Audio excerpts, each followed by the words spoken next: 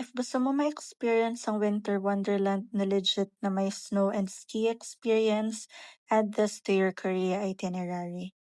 Hello Malifers, today we're here at Vivaldi Ski Resort for a full snow adventure day.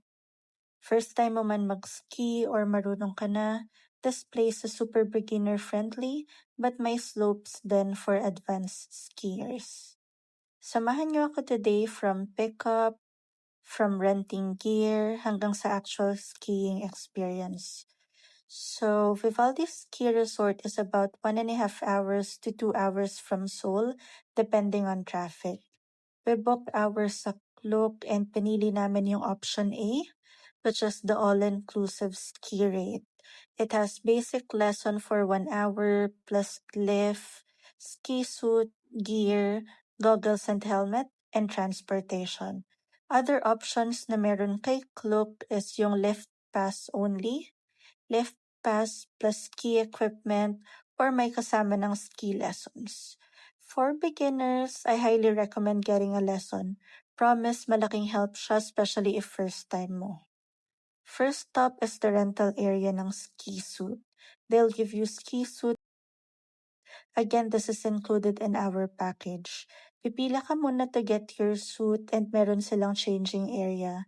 Biggest size yung kinuha kong suit and kaya pa naman siyang luwagan. After mo mag-change, saka ka kukuha ng helmet, and optional din pala to buy ski gloves, ski socks, and neck warmer. Mahal yung additional items na to if dito kayo bibili. 20,000 Korean won for ski socks, another 20,000 Korean won for neck warmers, and another 20,000 Korean won for ski gloves. 5 kami and we paid a total of 7,750 pesos para sa 5 na neck warmers and 5 na ski socks. Nasa 1,550 pesos siya each person. Hindi na rin kami bumili ng ski gloves kasi bumili na ako sa TikTok before nagpunta. 20,000 Korean won is around 800 pesos.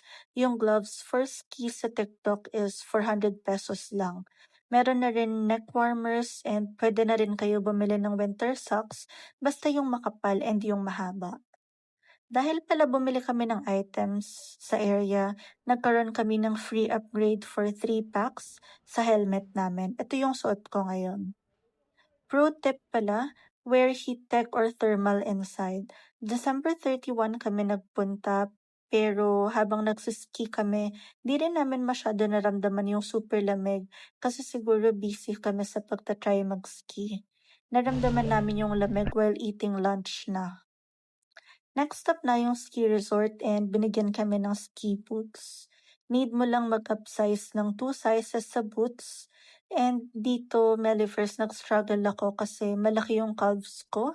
Di nagkasya sa akin yung boots kaya need pa siya ipapalitan.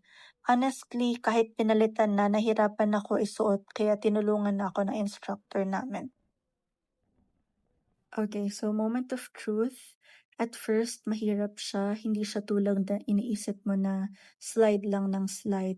You need balance, control, and proper stance. Our instructor taught us how to wear skis properly, how to stop yung A position, how to control yung speed, and how to fall safely. And yes, you heard it right. Tuturuan kayo kung paano mag-fall safely. Pero once you get the hang of it, sobrang saya, para kang nasa K-drama. And don't forget to protect your camera batteries, mabilis ma-drain sa cold weather. After skiing, super nakakagutom. Pero there are restaurants inside the resort serving ramyun, tonkatsu, Korean rice meals, coffee shops, and meron din palang clinic which offer free services just in case may mangyari sa inyo. Is it worth it? If you're visiting Korea in winter, I would say yes. Whether first-timer ka or experienced skier, Vivaldi is beginner-friendly, accessible from Seoul, it has complete facilities, may lessons available, maganda rin siya for photos and vlog. This is definitely one of the most memorable winter experiences you can have in South Korea. So that's our full snow day experience here at Vivaldi Ski Resort. Comment down below if you would try skiing or mas bet mo lang mag-snow photos. See you on the next travel, Melivers!